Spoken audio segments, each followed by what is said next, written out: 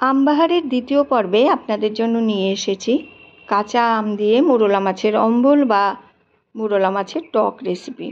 তো এখানে আমি কিছু কাঁচা আম আর মোরলা মাছ নিয়ে নিয়েছি। আপনারা আপনাদের পরিমাণ মতো আম আর মাছ নিয়ে নেবেন। তো এখানে কয়েকটা পুঁটি মাছও আছে। এবার মাছগুলো আর আমটা আমি ভালো করে পরিষ্কার করে ধুয়ে নেব। তো প্রথমেই আমি আমগুলো কেটে নেব। গরমকালে ভীষণ উপাদেয় এই আমের অম্বল, কাঁচা আম দিয়ে মোরলা মাছের অম্বল। তো এখানে আমি প্রথমে আমগুলো খোসা ছাড়িয়ে নিচ্ছি। খোসা ছাড়িয়ে তারপরে আমি লম্বালম্বি কাট দেব। আপনারা আপনাদের পছন্দ মতো কাট দিয়ে নেবেন। গরমকালে ভীষণ উপাদেয়, অবশ্যই ট্রাই করবেন বন্ধুরা, অনুরোধ রইল। তো খোসা ছাড়িয়ে নেওয়া হয়ে গেছে। এবার আমি ভেতরের বীজটা ফেলে আবার লম্বাভাবে কেটে নেব। তো দেখুন বন্ধুরা, আমগুলো কাটা আমার হয়ে গেছে। কড়াইতে তেল বসিয়ে দিয়েছি। মাছগুলো ধুয়ে পরিষ্কার করে নিয়ে নুন হলুদ মাখিয়ে নেব।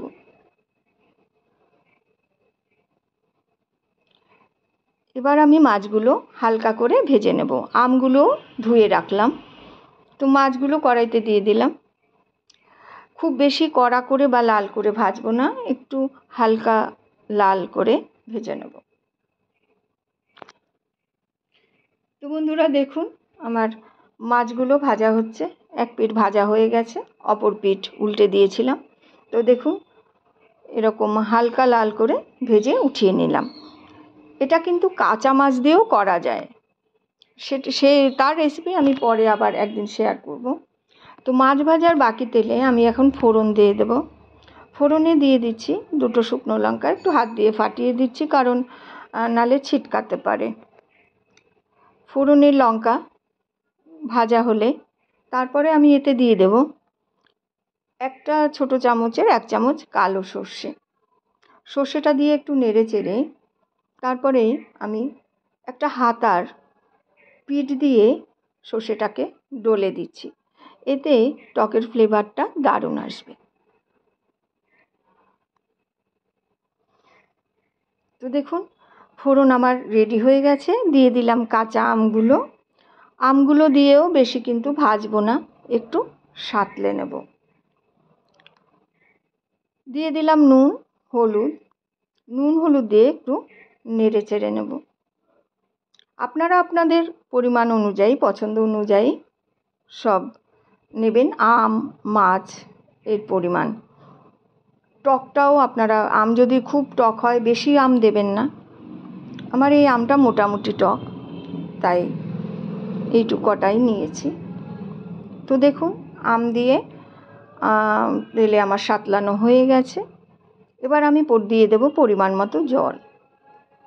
জলটা একটু বেশি দিতে হবে, কারণ এটা টক, একটু ঝোলঝোলি হবে। তো এবার আমি ফুটতে দিয়েছিলাম, দেখুন ফুটে গেছে। আমের সাথে ঝোলটা বেশ সুন্দরভাবে ফুটে মিশে গেছে। নেড়ে চেড়ে নিচ্ছি একটু। এবার আমি পরিমাণ মতো চিনি দিয়ে দেবো, তবে খুব বেশি চিনি দেবো না, কেননা খুব টকও হবে না আবার খুব মিষ্টিও হবে না। এটা জাস্ট টকটাকে ব্যালেন্স করবে। দিয়ে দিলাম ভাজা মাছগুলো দিয়ে ফুটতে দেব। অসাধারণ হয় এই রেসিপিটি, একটা সাবেকি রান্না, অবশ্যই ট্রাই করবেন। দেখুন, কমপ্লিট হয়ে গেছে আমার মোরলা মাছের টক। তো এবার আমি একটা বলে সার্ভ করে নিচ্ছি।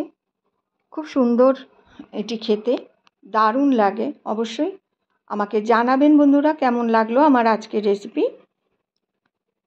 অবশ্যই জানাবেন। নতুন বন্ধুদের কিন্তু আমার চ্যানেলে স্বাগত জানাই। প্লিজ সাবস্ক্রাইব করে আমার পাশে থাকবেন। আর পুরনো বন্ধুরা তো আছেনই আমার সঙ্গে, তাদেরও স্বাগত। আবার আসছি আগামী পর্বে নতুন কোনো রেসিপি নিয়ে।